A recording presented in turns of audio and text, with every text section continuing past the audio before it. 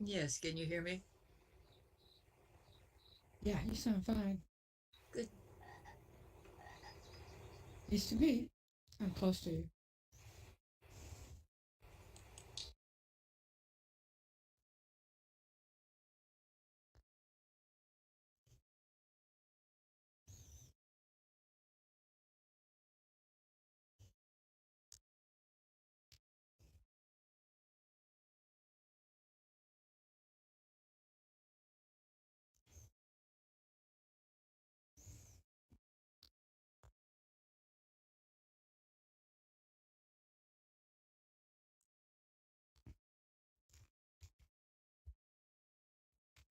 We have about a minute until we begin.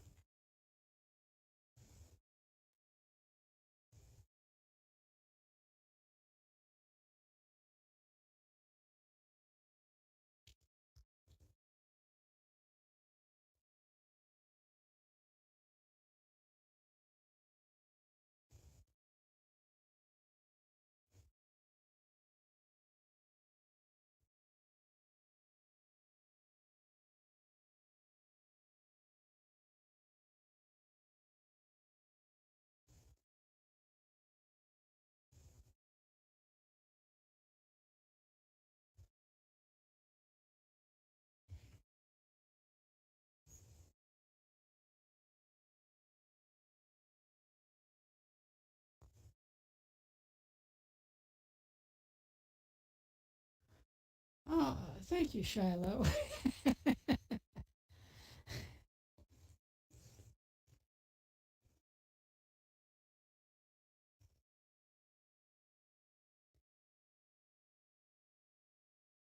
I'm not actually doing any interviewing. I'm just doing the setup.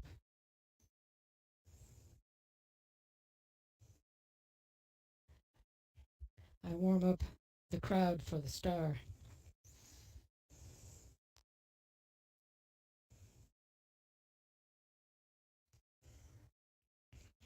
Speaking of which, my really expensive cheap watch says it's right on 2 o'clock where I live, or 1 o'clock SLT. And so I would like to begin. And I want to begin by welcoming everybody here today. This makes Friday afternoon so special when we have a group of people like this and an expert presenter like we have today. My name is Meryl McBride, and I have the pleasure of serving as your host today. I want to welcome you to this installment of our VWEC Expert Series, in which we ask educational professionals to share their experiences and their insights into ways that virtual worlds can be used to engage students. I am pleased to introduce today's guest speaker, Marianne Clark, or known more affectionately as Max Chatnoir, who will share with us how she uses Genome Island for teaching and learning.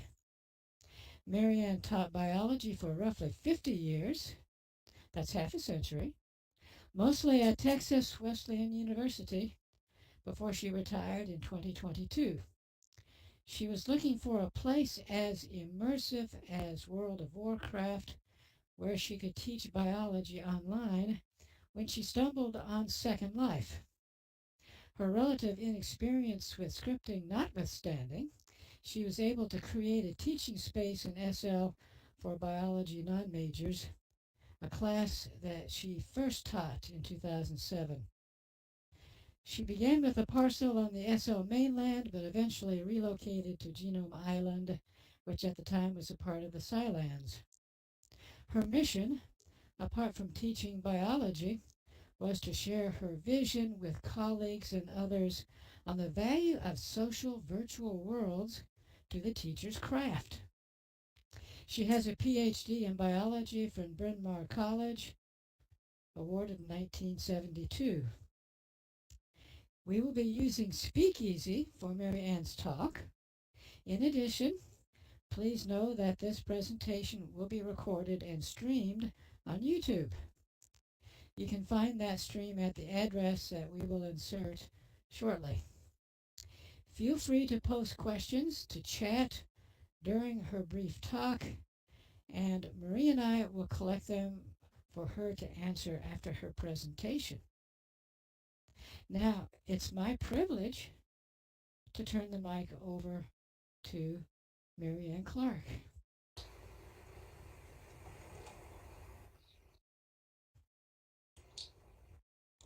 I almost forgot how to stand up. Thank you so much, Meryl. I really appreciate being here. And I guess I will just get on with it. Oh, by the way, the dog in the picture you will probably hear at some point during this presentation. I want to start by disclaiming expert status. Sorry. Um, I'm not an expert, but I am a very enthusiastic explorer, and I like to learn new things. And failure doesn't scare me too much. One thing I really love about Second Life is its immersiveness. What I learn best from explanations in text, but I remember in pictures. So, Genome Island is sort of a little visual tour through my brain, a representation of my understanding of genetics, which is backed up with text explanations. As Meryl told you, I got into Second Life after spending a summer many years ago playing World of Warcraft with my husband, and the power of that game as a learning environment really impressed me. In fact, one of the things that impressed me was that as I learned to find my way around World of Warcraft, I got better at navigating in real life. So it's really quite an effective teaching environment. When a friend told us about Second Life, where you could actually build what you want, we tried it right away. I want to review the history of Genome through one of the first objects that I made in Second Life, which was a big cell. The cell model was one of the first structures that I ever made on my original mainland sim on Immaculate in about 2004. And when I ran out of prim space on Immaculate, about 2007, I moved up to a whole island, which I called Genome. And I placed Genome with a group of other science-related islands called the SciLands. I'll show you a picture of that a little bit later. Genome was mostly genetics, and I, because the cell wasn't quite genetics, I made another island called Cell Island, to which I moved the cell, and that was about 2008, I think. And then later, mostly because of the threat to remove the educational discount, um, I moved the stuff that was on Cell Island to a platform on Genome. There we go. I think I'm caught up now. So when I copied my genome objects over into OpenSim in about 2014, I spread it out again over 4 different islands in the vibe group, Mendel, Crick, Huxley, and Hook. And Hook now has all of the cell stuff.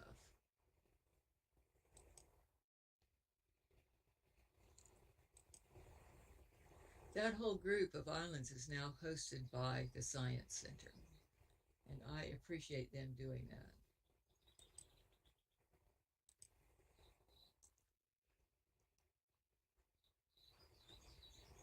Sorry, I'm trying to find, there it is. Okay. Genome is sort of structured by like a virtual lab in which students can run experiments to test hypotheses about genetics. And there are several sections: Mendel's Abbey and Gardens, the Tower, Bioinformatics Platform, Population Genetics, Cell Platform, the Genome Galleries, and a Student Project Terrace. There isn't a fixed pathway for moving through the activities, although there are teleports between related activities, like the chromosome comparisons and the bioinformatics platform. Note cards associated with the objects give information about that object or instructions on how to do the activities.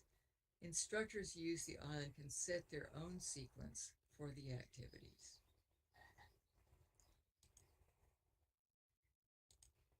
At the landing point on Genome, there is a guide to the activities on Genome. It's this document on the left called Genome Island, a user's guide. And you can get that at the landing point. You can also get it in several other places around the island. Some examples about how I organize the course modules for my own non-major genetics class are in that guide to Genome. And you're welcome to look at any of those. I want to tell you a little bit about the resources on the island.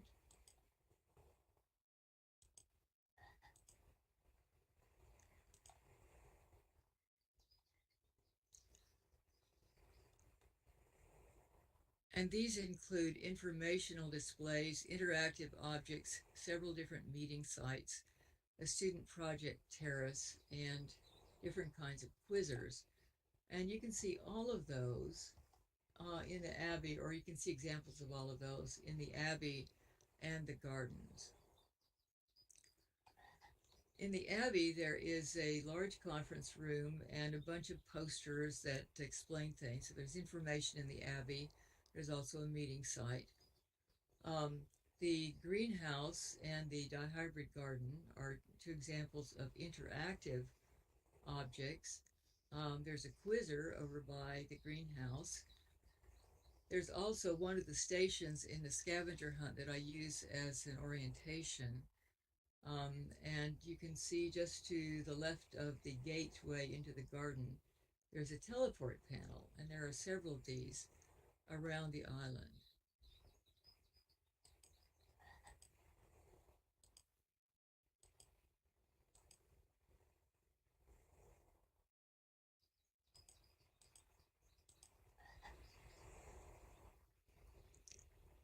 The next slide shows a bunch of students at the conference table in the Abbey. As you can see, the table's biggish, and you've probably seen the tables that expand, and this is one of them. It will expand to hold about 40 people before it goes through the walls.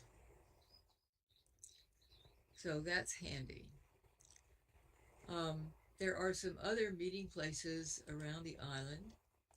There is a science lecture theater, which also holds about 40 people. The gazebo, there's one of several, there are three gazebos on the island, and one of them is by the Mixolamas, and that seats maybe half a dozen students. Those tables also expand. And then there is a meeting place on the terrace of the tower. And all of these are out of chat range of one another so that you can actually, several different classes can actually meet at the same time, or at least several small groups of students can meet at the same time on Genome.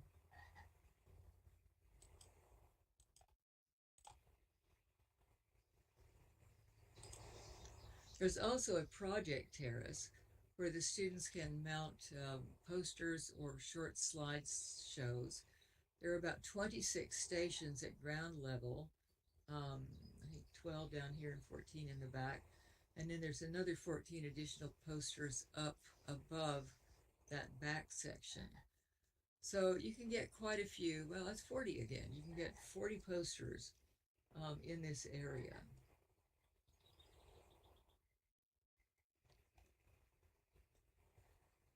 You can see some students in the project terrace doing their presentations, and for quite a while we used to do these live and just have people meet at some particular time to discuss one or more of the posters.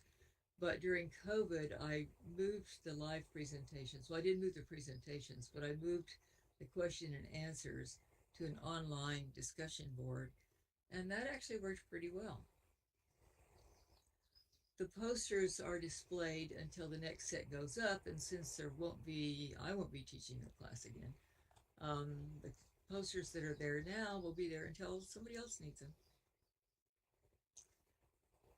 In fact, a set of posters that Ellie put up are on that back section right now.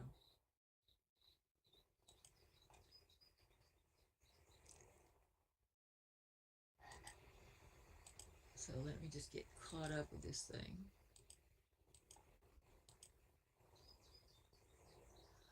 The next few slides that I want to talk about are primarily for objects or displays that are informational.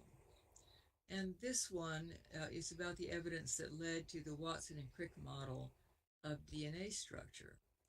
On that little table next to the left of the double helix is a copy of the Watson and Crick paper.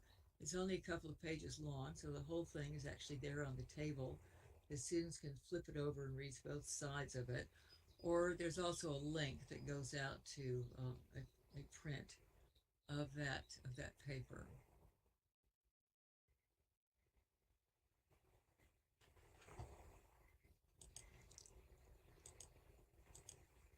The next slide is the chromosome gallery. And this is also primarily informational. Come on, move. There you go. Each of the chromosomes, so these chromosomes are all to scale. At least all of the nuclear chromosomes are to scale. The mitochondrial genome, of course, is not to the same scale as the others. But these chromosomes are to scale. So the big chromosomes are the ones with the low numbers, and the little chromosomes are the one with the higher numbers, which is the way the human chromosomes are numbered. Each of the chromosomes, if you click on it, will tell you something about itself and how big it is and how many genes it has, and something about a specific gene that is somewhere on the chromosome. And those arrows that you see there show where that particular gene is.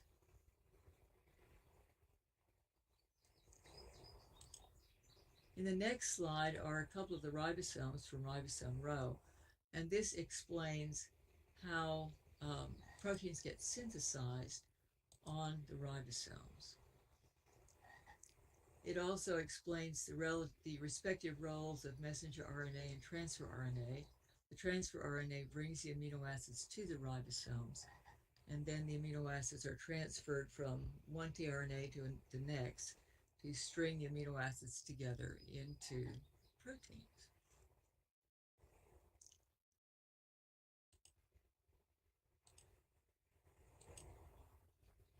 The next slide shows one of the genome walkways. And this is a section of the SIM which has information about many of the genomes that have been sequenced.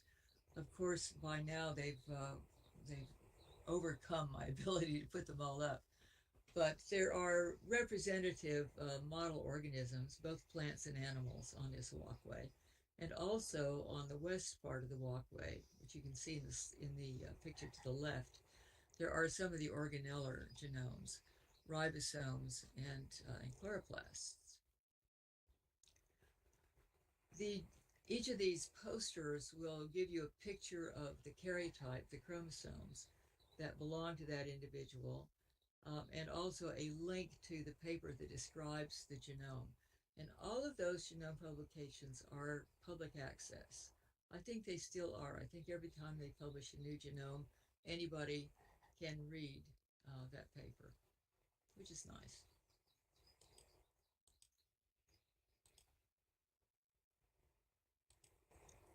So the next slide is something that I put up a year or so ago about the difference between the influenza and the COVID virus, because somebody was talking about how COVID was just like influenza, and no, it is not just like influenza. It's quite a different kind of virus.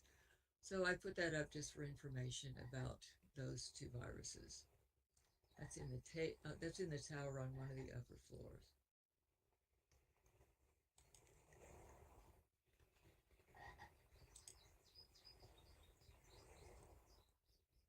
This next slide is one of the interactive displays on Genome. And this is about the monohybrid cross, which is a cross between two individuals that differ in one particular trait. And this shows the first three generations from those pure breeding parents. And right in the middle of the posters on the left, you can see a yellow pea. And this is what told Mendel that some genes were dominant to others because all of the progeny of green and yellow peas are yellow.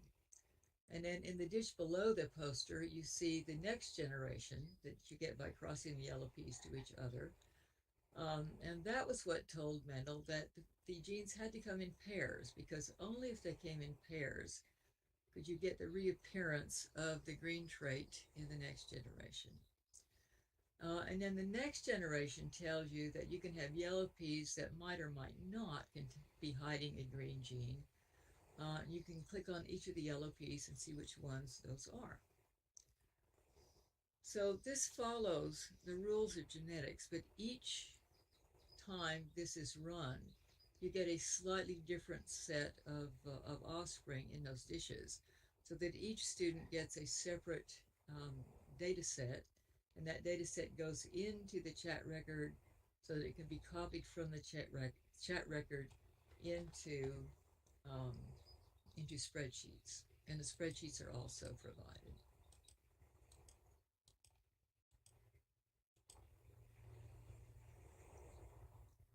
The next slide is of the dihybrid garden, and this is 4 different data sets from the dihybrid garden. And in a dihybrid, the predicted ratio of progeny with each of the possible sets of characters is 9 to 3 to 3 to 1. And you'll notice looking at these that none of these show exactly a 9 to 3 to 3 to 1 ratio. But if you add all 4 of those progeny sets up, you get very close to an exact 9 to 3 to 3 to 1. Not quite there, but very close to it. And what this does is tell the students that looking at a particular population, especially a small population, you may not see exactly what you predict.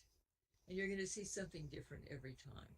But if you look at a lot of progeny, you will see something very close to the predicted progeny ratios.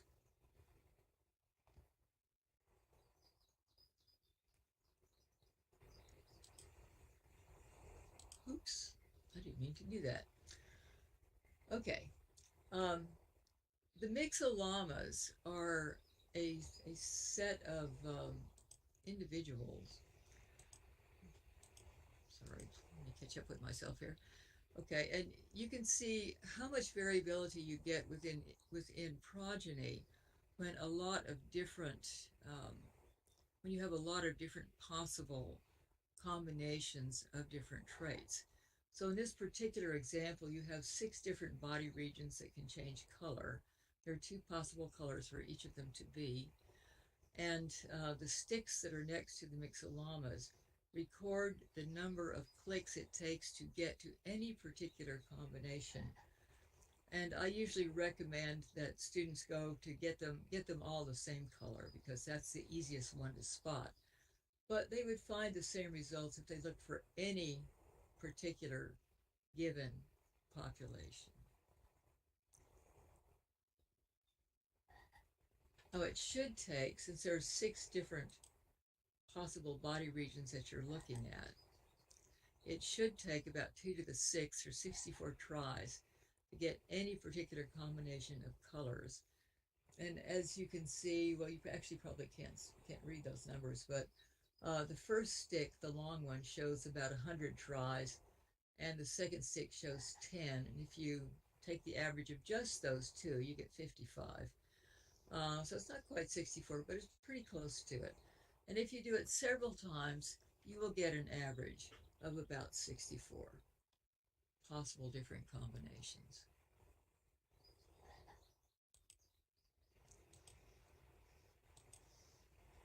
The next of the interactive sets that you see here is the cattery. And there are a bunch of different regions in the cattery. The middle one that you're looking at illustrates the inheritance of X-linked traits. And these are different from other kinds of inheritance because males only get one X chromosome. So the male chromosomes aren't paired, but the female chromosomes are. So the females are going to follow the rules, but the males aren't. So you're going to get very different kinds of progeny than you would if the genes were on the other chromosomes. The category also illustrates more typical Mendelian ratios and also lethal genes, which also give you funny numbers.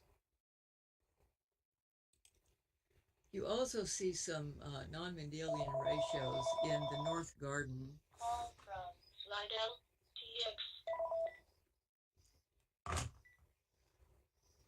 And one of the things you see, or actually don't quite see in this picture, is linked genes, which are just in that little garden that you just see a little tiny piece of way over on the left side. On the right, you have intermediate dominance, which Mendel did not report. So these are sometimes called non-Mendelian inheritance. They do follow the Mendelian laws, but the relationship between the genes and the trait are a little bit more complicated.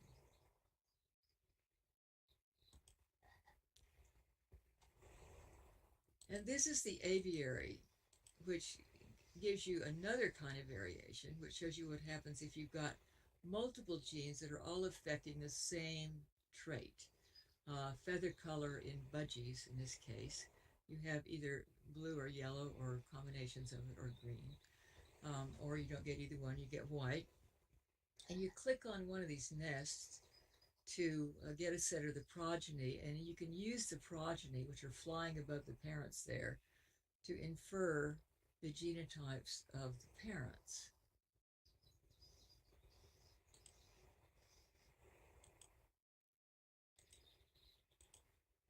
Come on. And then this next interactive set is a 3-point test cross for Drosophila. And if you cross dominant recessives for 3 different traits in Drosophila, and they're on the same chromosome pairs, you can use the progeny numbers to map the genes on the chromosome to tell about what the approximate distance between those genes is. So if you click on each of these possible progeny sets, it will give you a number. And each set of 9 will give you slightly different numbers. So again, whichever student do it, 2 students doing the same exercise are not going to get exactly the same numbers.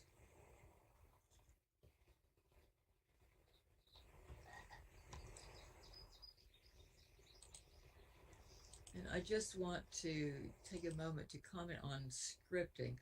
All of the preceding interactive objects are demonstrating rules of inheritance, and those basic principles are mathematical.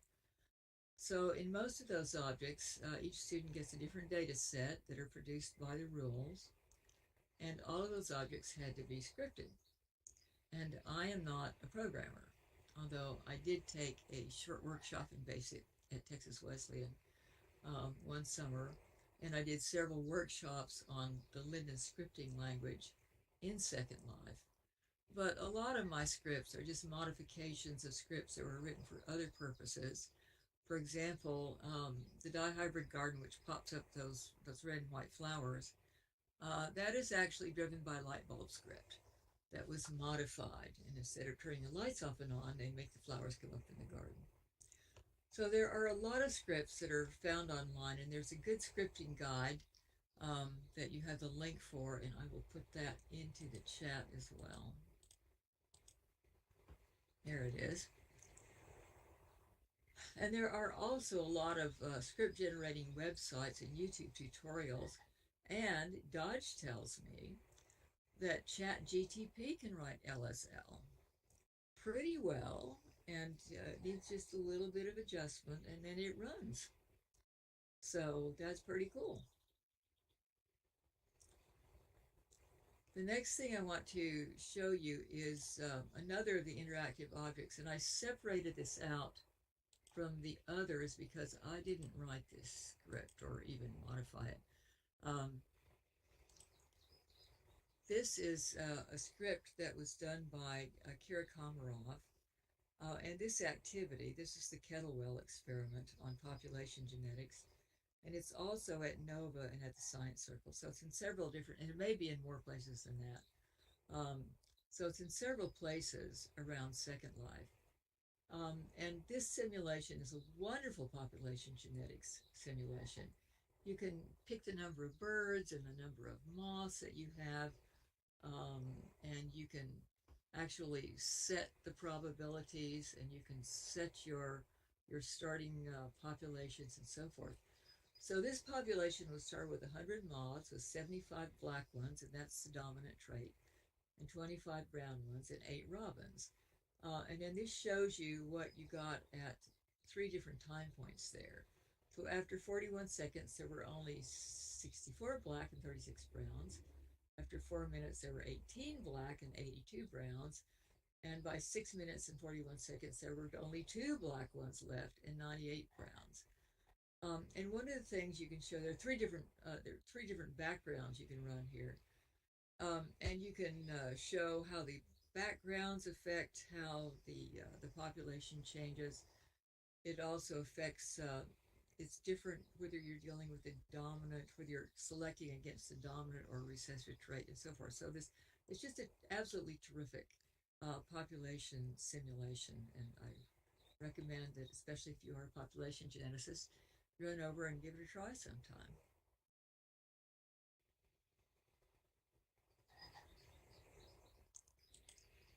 So at this point, I want to see if there are any questions, and if there aren't, then we'll look at a few more things. Charlotte, do you have a question?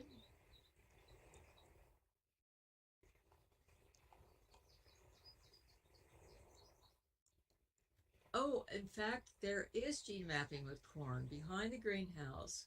And I don't have a picture of that here, but behind the greenhouse, there is it shows how you do gene mapping with corn. And also, especially, how these genes interact with one another. And there are 4 different colors on those kernels: yellow, white, purple, and red, and they interact with one another. And so you can see how that works. So when you have 2 interactive genes, that's not considered a hybridization per se. That's considered interacting loci, gene loci.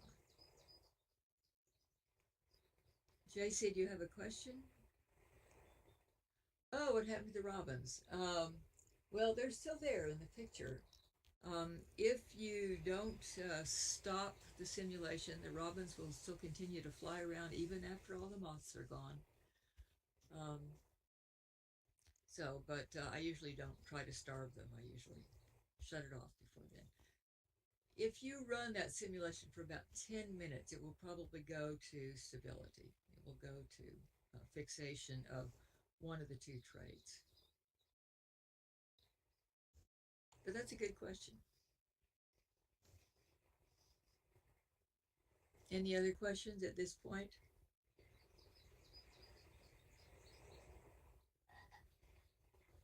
Okay, well, we'll look at a few other things.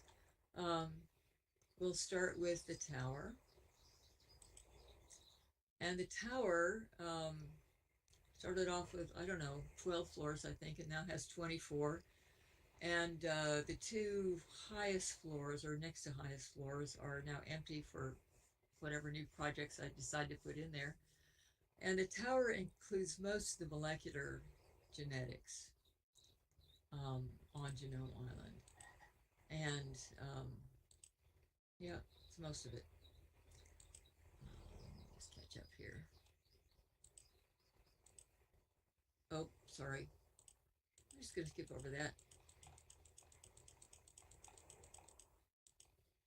Okay. So It includes the Human Chromosome Gallery. It includes information about gene coding and protein synthesis and about how genes and chromosomes are structured. And there are some microbial genetics and some Drosophila genetics, a few special educational projects like the viruses that I showed you a while ago. And there's actually way over the upper left there, you see a big platform, which is a dance floor. So you can actually have parties up there.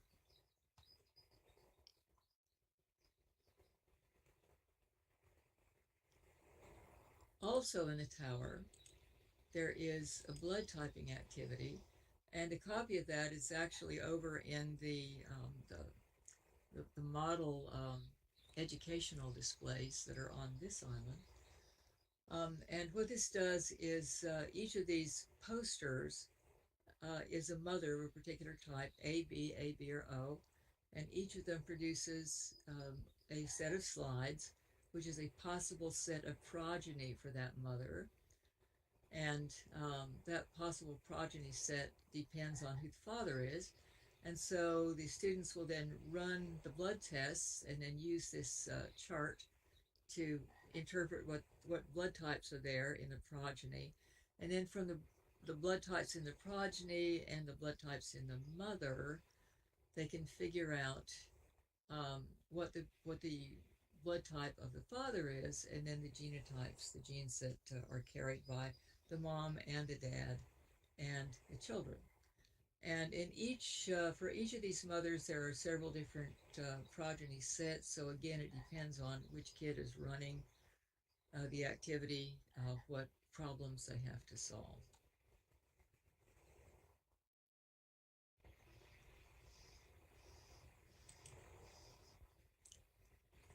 So this is in the tower, in the terrace that's right outside the office in the tower, and this shows a bunch of students that are showing the results of a project that they did with inheritance of genes in their own families. And they are given a pedigree kit that they can modify, so they can set up the parents and change the colors of the circles and squares, and then set up the progeny, and so they can illustrate how the that trait in their family has been inherited within that family, and then they explain it and so forth. So it's kind of a fun project to do.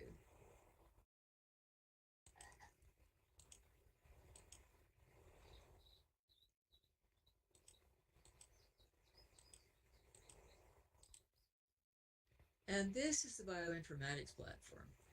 Bioinformatics is the use of genetic information to answer other kinds of questions, not only about the relationships among organisms, but other kinds of things as well. And several of the things that are on this platform are historical mysteries, which I'll show you more about in a minute.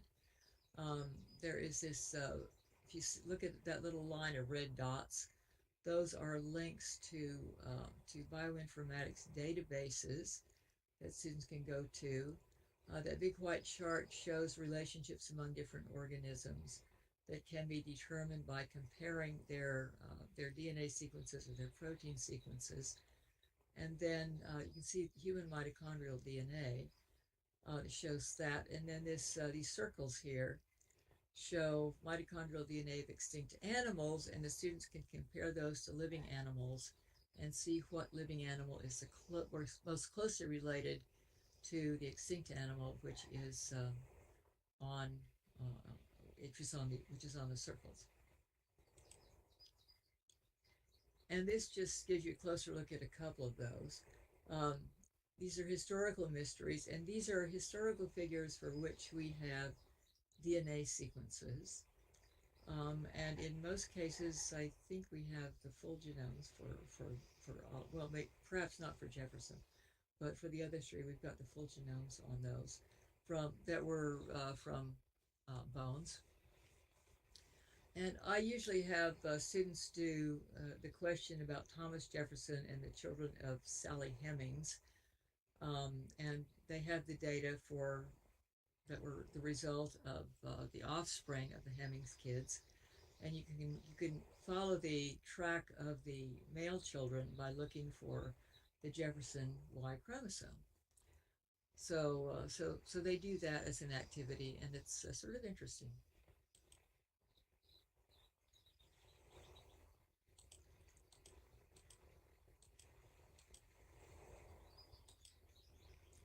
Oh, I forgot one thing. I can go backwards. Hold on, let me just back up a bit. There.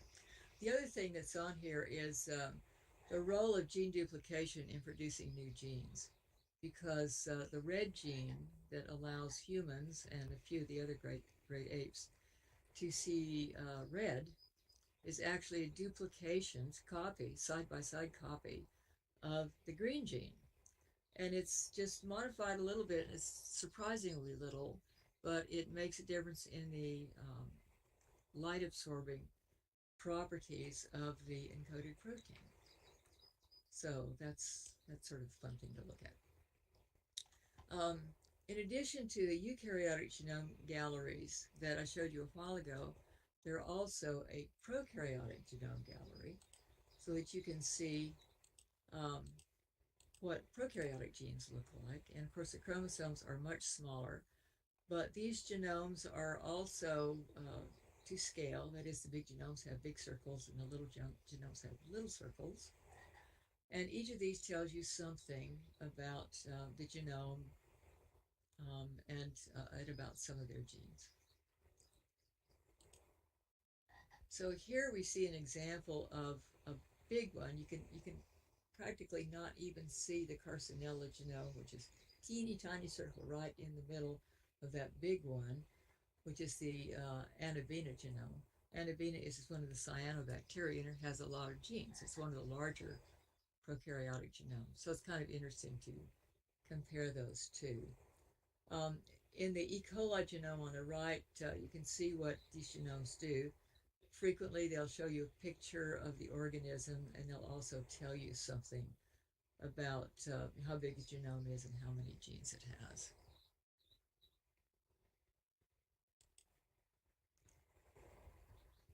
And this is a cell platform. And you can see the model of the cell back there in the background. And then these individual kiosks are places where you can run experiments on different aspects of cell biology. And this next picture here identifies what each of those is. So there's one for macromolecules, there's one for enzymes, there's one for osmosis, there's one for membrane transport, and so forth.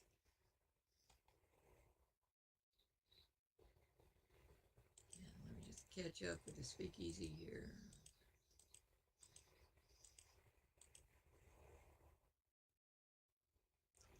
And then this next slide shows me standing inside the big cell, so you can kind of see how big that cell is relative to you, and you can walk into it and walk around in it and look at all the organelles and go inside the nucleus and so forth.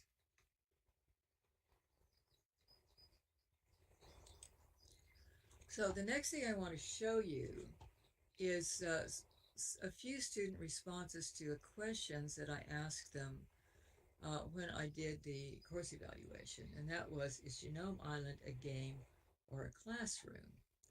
And these are some of the answers I got to that. One student says Genome Island is more of a classroom because when I go there, I feel like I'm stepping into a classroom. Plus the fact that the teachers there makes it seem more structured like a classroom. Another one says Genome Island is an environment that's a combination of a classroom, laboratory, and a great game. Or the labs are surrounding the learning materials that help reinforce learning.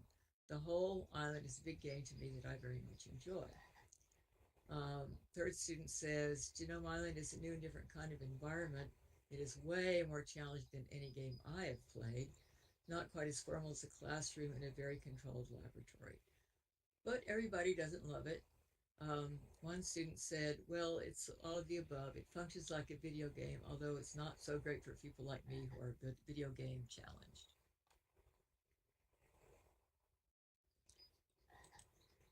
And this last picture I want to show you is a picture of the SciLands in 2010. Um, that little blue dot there shows my home place, so that is Genome now. So the northmost islands are pretty close to where we are now, and I'm hoping that somehow the Eduverse will resurrect this picture of education-related islands.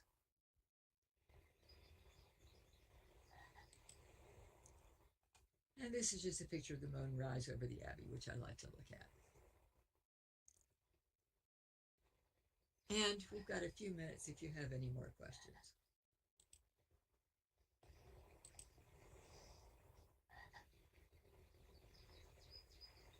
Yes, thank you very much, Max.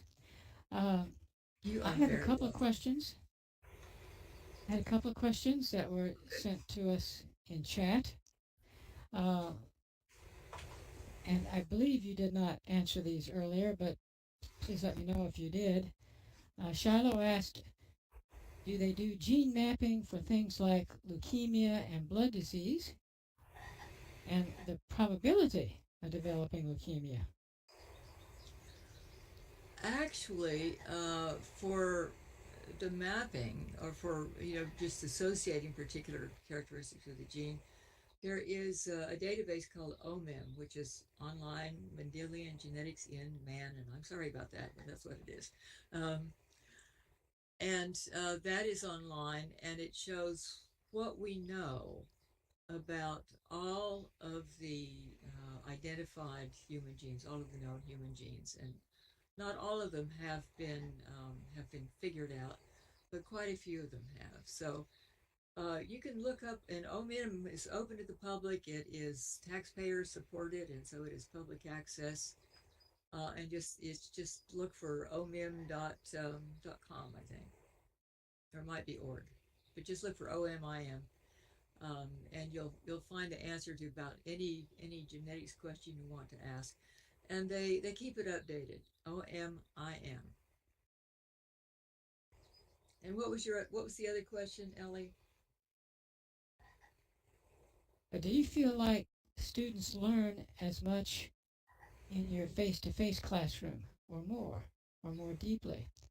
Do they enjoy it more? I have only taught this class online, so um, I can't answer that question. How they would respond to the same class in a different format. Um, but some of the students like it a lot. Uh, I think they like it better than their other online classes. I got some comments on that. They do learn it well. I mean, they do learn a lot during the course. I always do pre-tests and post-tests, and I didn't show you any of that data, but I do think they learn it well. And the interesting thing is they don't. I think it makes them more willing to think about genetics, because I've had people talk to me and say, "Gosh, now when I see a cat, I try to figure out what genes it has, whether and whether it's a male or a female." Because as you probably know, calico cats are only female, mostly. Every now and then you get a male, but mostly they're female. And then Loki Kane Parks has a question. Let's see. Oh, they think it's fine. I have tried very unsuccessfully and I've given a lot of workshops and things like that, and they're always very interested in the workshops, and they enjoyed them a lot. But not a single other person at my school has moved to teaching in second line, and I'm going to try to advertise more. I took a lot of pictures this morning when I went through the Amazon, and I'm going to put some of those on my Facebook page and see if I get any response to it. And by the So way, I have his not been question was, successful, and even our population geneticists. I mean, I have. showed him that thing, and it is such a wonderful simulation, and it would be so great for students. And I've used it with my major students, and they've enjoyed it too.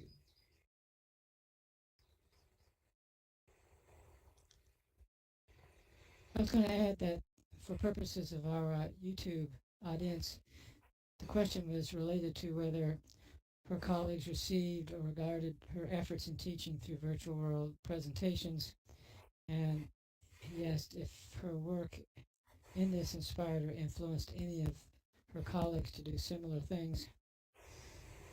Yeah, I've done several presentations. In fact, I almost signed up for one at our university college day. I'm actually not sure I can do that, but I thought I might send in something and see if they took it. But I think I'm going to try other ways besides just presentations. Although I will certainly give everybody the link to this presentation.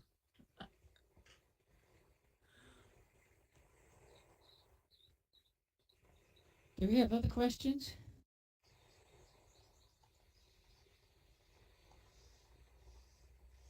I'll tell you, the person who has been really successful at bringing other people in is Dodge. He has a lot of workshops at Nova, and he has brought how many people have you brought in, Dodge? Lots.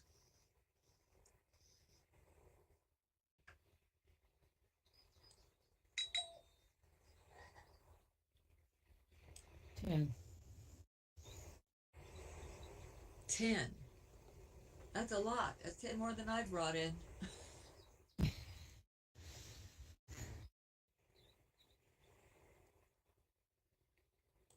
Well, I did have another question that I put in. I put it was at the very beginning, Oh, and okay. that Yes. was by Phil Youngblood, and he wanted to know was that the dog calling? Oh, very likely.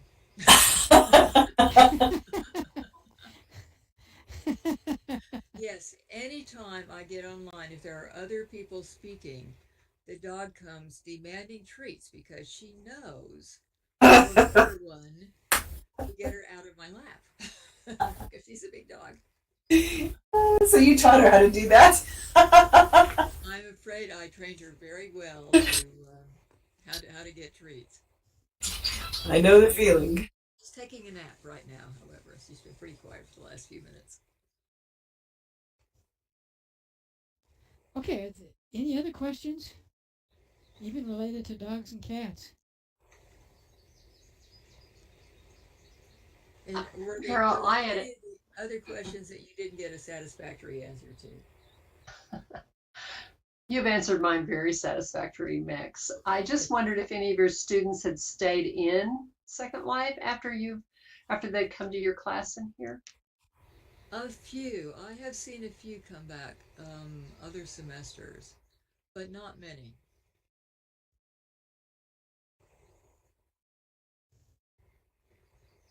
In fact, one of them that I thought might come back was an education major, and she was impressed with how well it worked. But I don't think I've seen her back again after she left the class.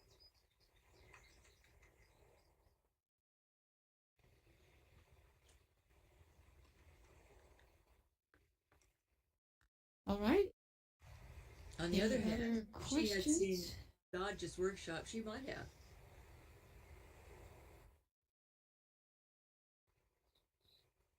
Yeah, I agree with Ellie, unfortunately. All right, well, we don't want to stop the conversation here, but uh, we will reconvene to the social area in the back where you may continue making observations or asking questions of Max. Really wonderful presentation. My goodness, all the effort that's gone into this. It's such a good demonstration of what can be done in a virtual world. And I wish more people could see what it was that you were doing. And my guess is that your students really appreciated the opportunity to learn in that way. We just have to spread the good news. So we Yes. want to give Marianne a hearty thank you for her presentation. And you are invited, you folks in the audience are invited to gather informally on the deck at the back of the venue to ask additional questions or to offer comments. Oh, Please note that the Listen next just made a installment, great comment about old students being mentors for new students. That's a terrific idea. okay, well, that's a great idea, yeah. It's a very good idea. But please note that the next installment of the VWEC Expert Series will be on Friday, April 28th, 2 weeks from today, at 1 p.m. SLT. We will host a distinguished panel of educators that will discuss community building in virtual world. So this will be a panel discussion as opposed to uh, a single person presentation. Finally, you can find links to our in-world calendar and related helpful information here at VWEC and in the Information Center. Once again, and we are available through a series of media. Once again, thank you very much for coming, and please feel free to join us at the back. Y'all.